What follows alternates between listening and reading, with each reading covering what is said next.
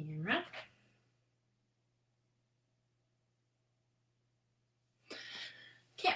Oh, my legs are toast. Okay.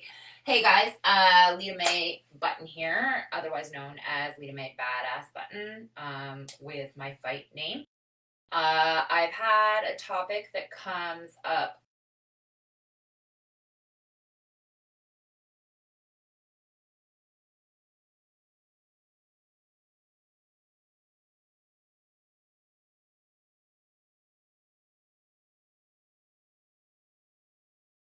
the hinge, the squat and the.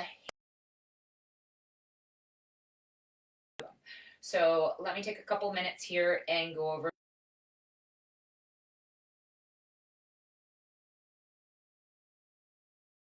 your biology, and you're growing from a baby up to a fully adult like I am now, although sometimes people say I'm a bit of a crazy adult. But anyways, when you were a baby and you're first learning how to crawl, your first position that you got up when you got onto your biped, your 2 feet stance, would have been this, the infamous squat. This, as humans, is what we are designed and are supposed to continuously squat and sit like. But because over time, if we don't continuously do these patterns as we were as little babies and kids, it becomes tighter, things wear and tear, and so on. Not tighter and wear and tear, well, they do tighter and wear and tear, but our mobility in our hips and in our lower back and in our knees, and that become rusty. So it is really crucial to keep squatting and keep doing these kinds of motions as you grow throughout your life. And even if you're older, you can still get back to this. It requires some work in that, but you just have to think about all that time and all that age that you've gone through the years. It's going to take a little bit of time to come back to this. But anyways, let's just go back to where I started in the standing position and review just your basic squat, and then I'll go over just a little bit in terms of how different types of squats kind of are a little bit different in your body and what muscles in that they impact in your body. So the squat. So your squat, depending on your male or female, is going to look slightly different. That being because as women, our hip bones are designed a little bit differently because we are anatomically different to give birth to children.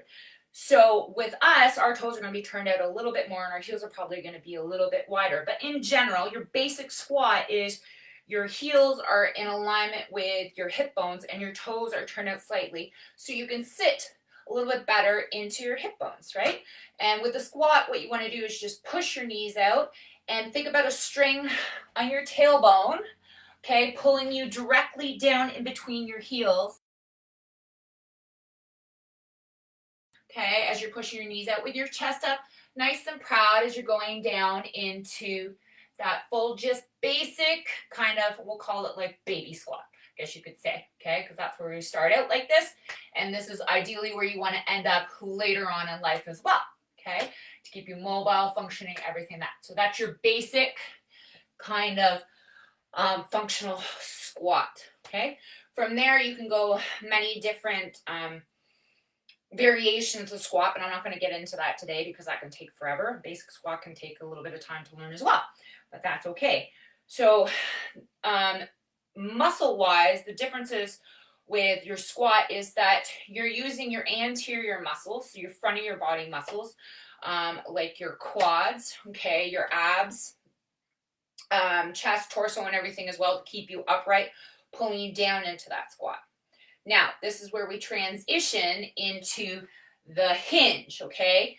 Because the hinge is quite a bit different and it targets your muscles differently. So in the squat, it's a little more anterior, you're using your quads. You're also using your posterior, your back side of your body, your glutes, your hamstrings, your calves, pretty much your whole entire compound full body movement, but a lot more anterior front, depending on where you put the weight, but in general. Now, back to the hinge. Okay.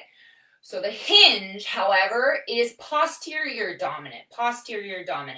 And it's not something that we always kind of do from day to day. It's just something that's kind of, as trainers, we teach the proper positioning to kind of help your core, posterior chain, your butt, your hamstrings, and everything as well. So when you're lifting,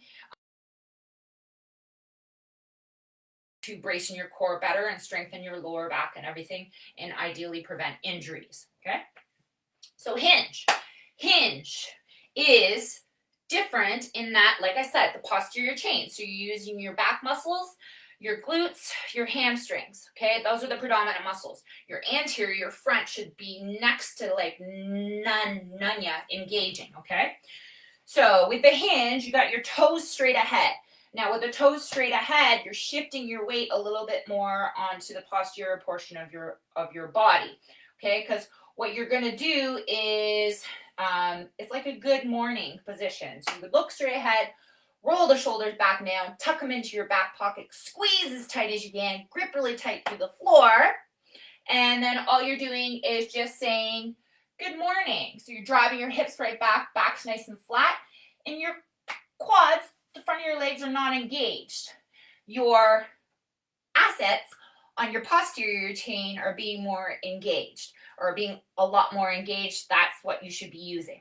Okay, so that's the hinge versus turning the toes out, abs are tight, chest is up, shoulders back and down, the squat.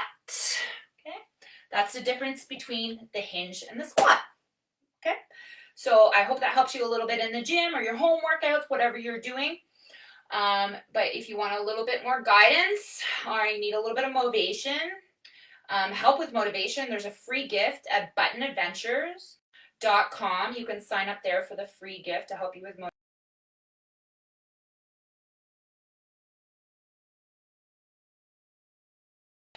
Buttonadventures.com. Buttonadventures with an S, plural.com.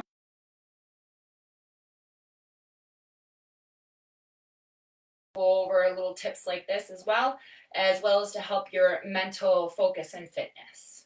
Okay, you guys are awesome. I hope you have a rocking awesome day, and if you feel like this is going to help someone else, please feel free to tag, share, and so on and so forth. Ciao.